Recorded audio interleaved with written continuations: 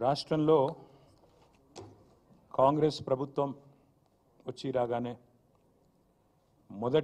మొట్టమొదటి రోజే కొలువు తీరిన మరుక్షణమే మొదటి సంతకంతో 2 లక్షల రుణమాఫీ చేస్తామని ఏదైతే ఉత్తర కుమార ప్రగల్భాలు పలికినారో అవన్నీ కూడా బూటకం, ఇదంతా పచ్చి దగా మోసం అని చెప్పి నేను మొన్ననే చాలా వివరంగా మీకు చెప్పడం జరిగింది.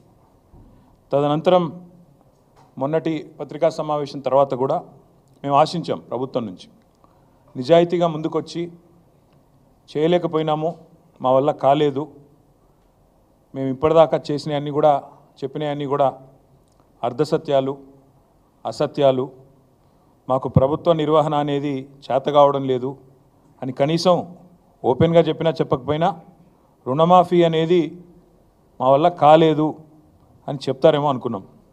కానీ చాలా నీతిబాహ్యమైన రాజకీయాలు ఈరోజు కాంగ్రెస్ ప్రభుత్వం రేవంత్ రెడ్డి గారి నాయకత్వంలో చేస్తున్నది.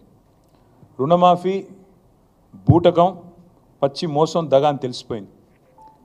రుణమాఫీ కాదు, జరిగింది మాఫీ కాదు, పెట్టింది రైతుకు టోపీ అనేది చాలా స్పష్టంగా అందరికీ కూడా అర్థమైంది.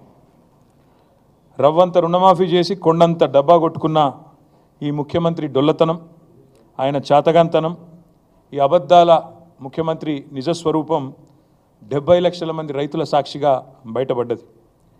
రాష్ట్ర వ్యాప్తంగా ఈరోజు మీరు చూసినట్టయితే రైతుల ఆగ్రహంతో రగిలిపోతూ ఉన్నారు. రుణమాఫీ కాలేదు అని మండిపడతా ఉన్నారు. బ్యాంకులకు తాళాలు వేస్తూ ఉన్నారు. ఎక్కడికక్కడ ప్రభుత్వ కార్యాలయాలను ముట్టడిస్తూనే ఉన్నారు. మీరు ఒక్కసారి చూసినట్టయితే